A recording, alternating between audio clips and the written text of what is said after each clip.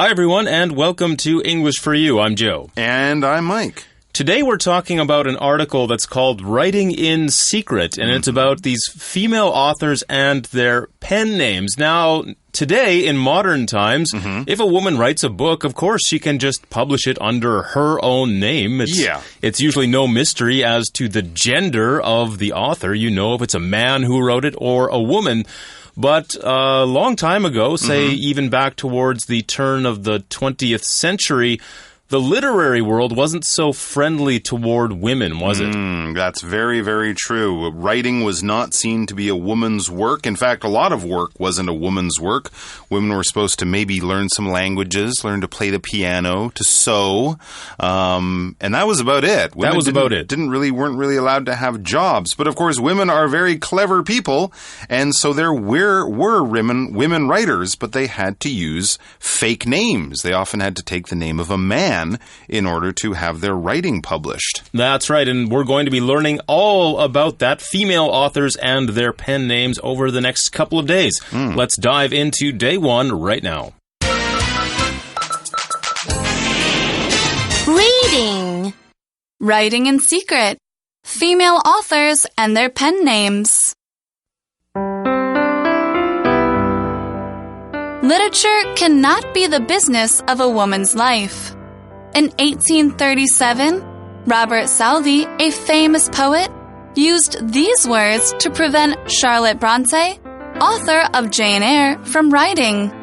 Sadly, Charlotte was not the only woman to receive this advice. Throughout history, many female authors have had to adopt fake names just to get their foot in the door. These fake names, called pen names, were usually men's, which masked the female writers' identities. Charlotte and her sisters Emily of Wuthering Heights and Anne of Agnes Grey regularly struggled with this prejudice. Indeed, the sisters never received the credit they should have. Instead, their works were published under the pen names Currer, Ellis, and Acton Bell. It was only after their deaths that their real names and sex were revealed. The prejudice was not limited to the UK. American author Louisa May Alcott published her famous novel, Little Women, under her own name. However, for her more unladylike novels, she used the name A.M. Bernard to avoid suspicion.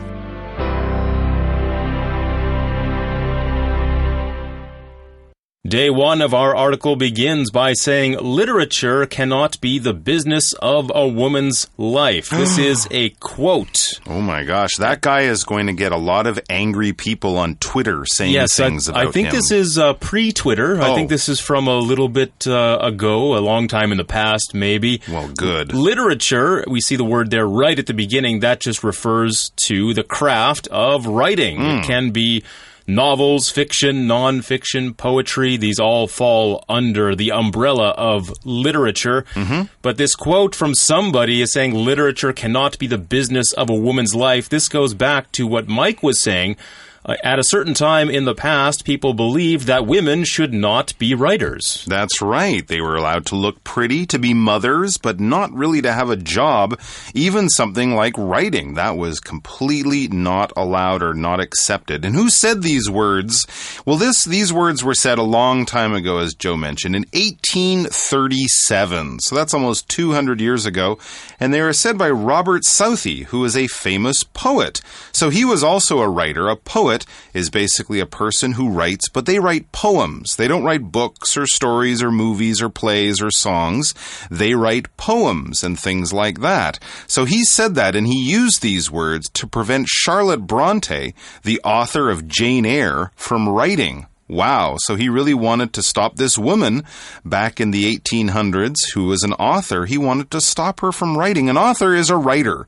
Basically, if you're writing books especially, we would call you an author. If you write poems, you might be a poet. If you write plays, you might be a playwright.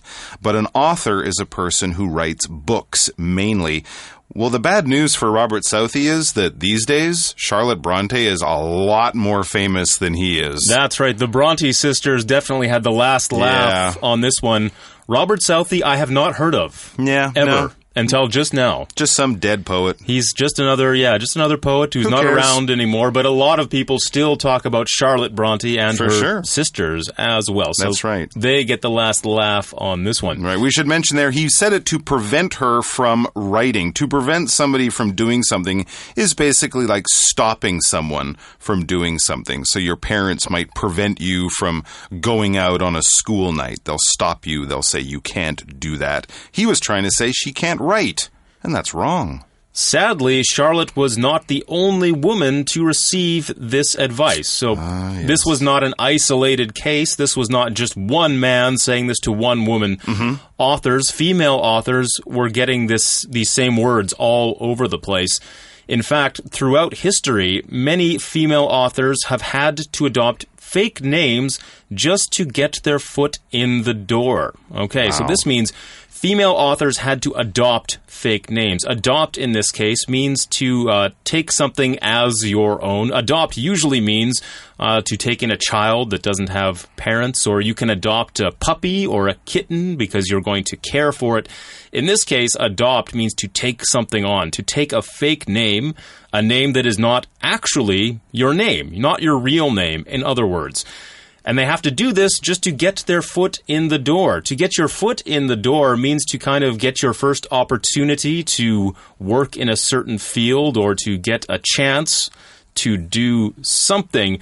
It refers to literally sticking your foot through the door, like into a room, like somebody's office, so they can't close it on you. That's right. So they can't keep you out of some industry or some job.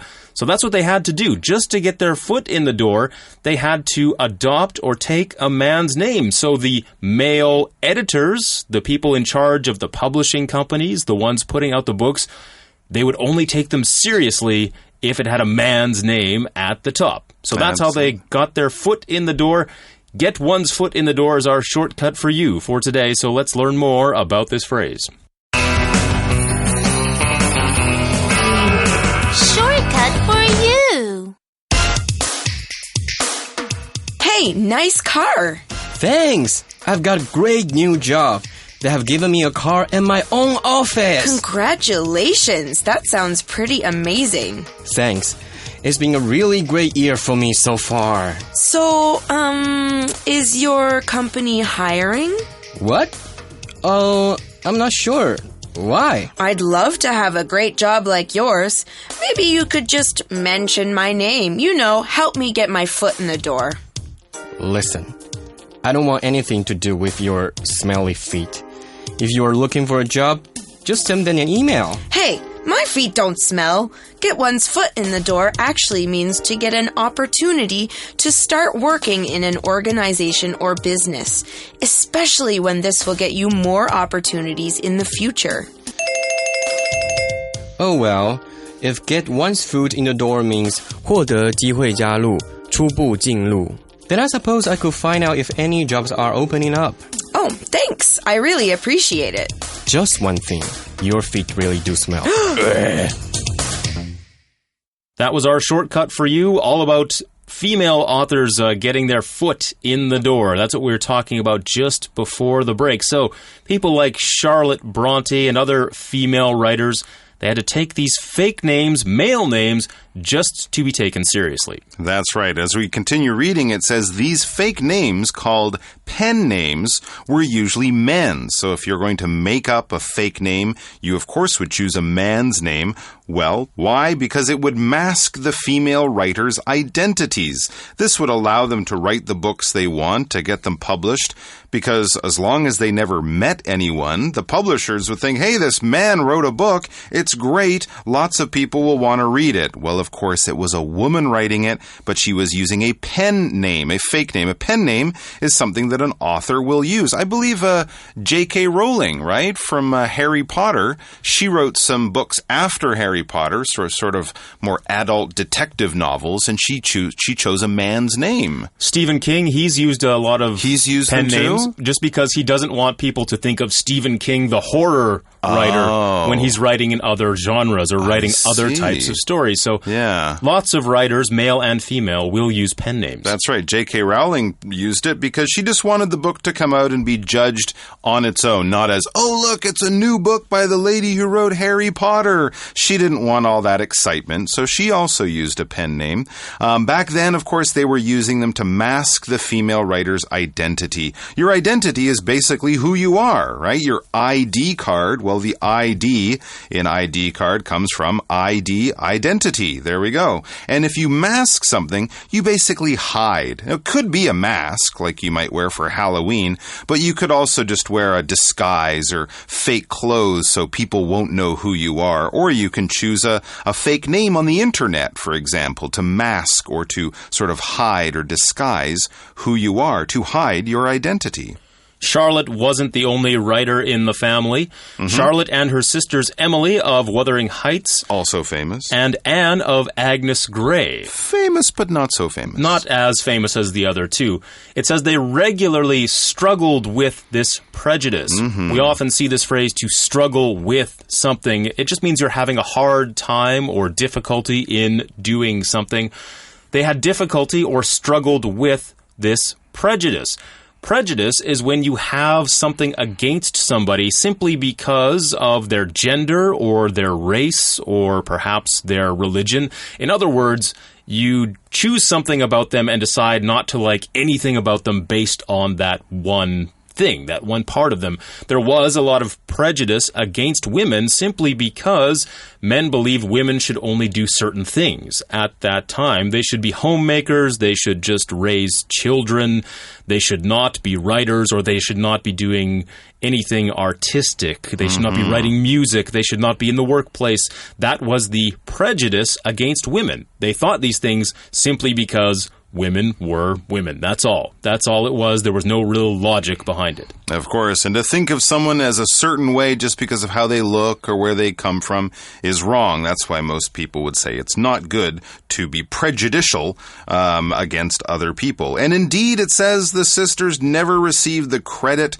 they should have. Well, that's too bad. They're famous now, but I guess back during their lives when they were actually living, they weren't really that famous. They never received the credit that they should have for writing these great books. Credit is basically when you do something good and people know it's you. People recognize you, they honor you, they praise you.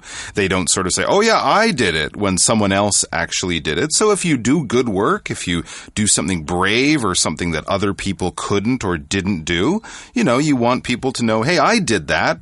If anyone's going to get, a round of applause or a prize or something, you want to get the credit for the good things that you've done, especially if you write great books. Instead, their works were published under the pen names Currer, Ellis, and Acton Bell. Really? I've never heard those names. Those names, I guess, would only have been known back then. Nowadays, they are published under their real names. That's right. Because we don't have that same prejudice against female writers as much these days. Yeah. These works were published. It says if a book is published, it means it is made available to the public to read. It might be at bookstores, and you can go and pick it up off the shelf, or you can find it at the library. It just means it's available to be bought and read. I see in their pen names, they did keep like the first letters of their real names. We had Charlotte, Emily, and Anne. Instead, we have Currer, Ellis, and Acton. And instead of Bronte, they chose the name Bell. Okay, but these are all male names, and it was only after their deaths that their real names and sex were revealed. So as Mike said, they didn't get credit back then. Everybody thought it was 3 male authors publishing these books. Very interesting. But the prejudice, it says, was not limited to the UK. So it wasn't only in the UK or Britain that women couldn't write books and put their own names on them. American author Louisa May Alcott published her famous novel Little Women under her own name. Oh, okay. So she was able to, in America, publish a novel under under her own name, Little Women. That was sort of okay. I believe that was a few years after the Bronte sisters, so maybe times had changed a bit. But they hadn't changed that much, because as we read on, it says, however, for her more unladylike novels, she used the name A.M. Barnard to avoid suspicion. So not only did she write Little Women, which is kind of a story for girls, right? Yes. It's a young person's story, focusing on some sisters, I believe. But she also, Louisa May Alcott, wrote other books. Some of them were unladylike, so not about girls, not about, growing up as a pretty girl or young woman. Maybe they were sort of action novels or mystery novels or something unladylike. Women don't write books about murder or adventure or exciting things like that. So to do that, to write those books or have them published, she had to use A.M. Barnard, which sounds like a man's name, and she did it to avoid suspicion. When people think you've done something, usually something bad, there might be suspicion around you. If you think someone has stolen something from you, you might say, I don't trust that guy. I think he did something. You might not be able to prove it, but there's this sort of cloud of doubt, this cloud of questions around someone. And so she wanted to avoid that. She didn't want to have people attack her for writing these unladylike novels, so she had to take on another name. Today we've been learning a little bit about the history of how women have had to struggle in the world of literature. Tomorrow we're going to take this into more contemporary times and talk about female writers today. Cool. Before we leave you today, though, let's go to our For You chat. For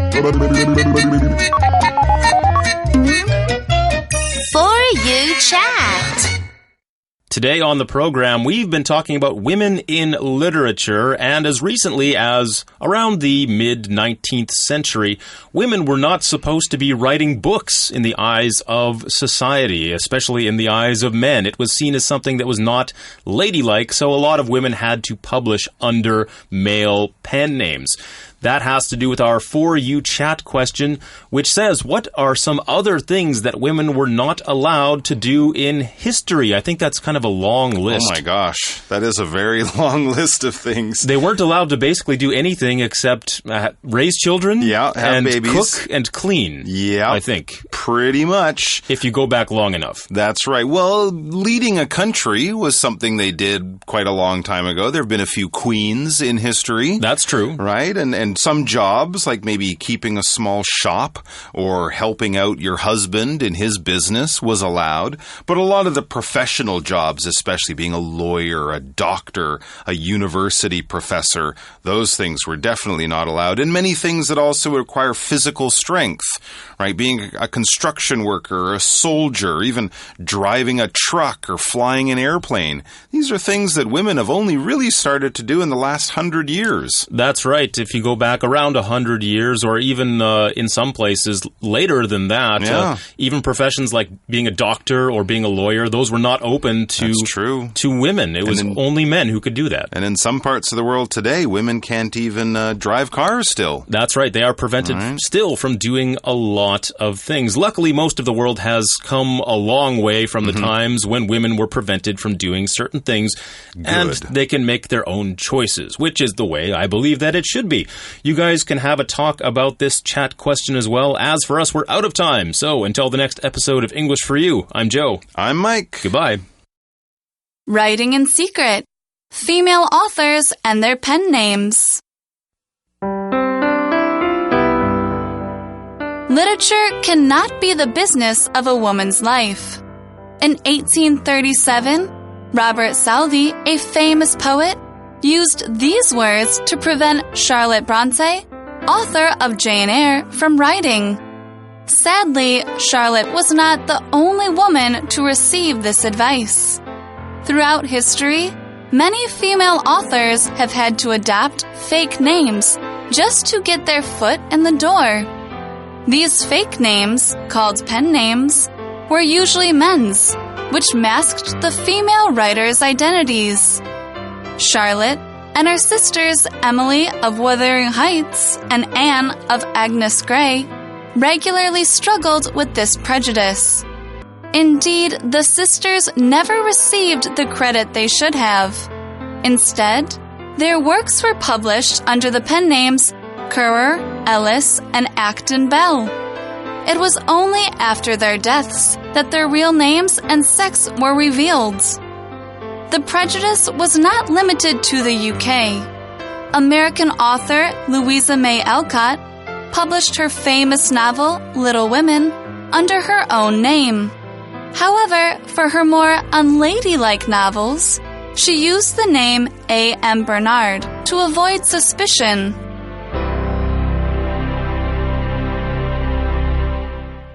Vocabulary Review. Poet.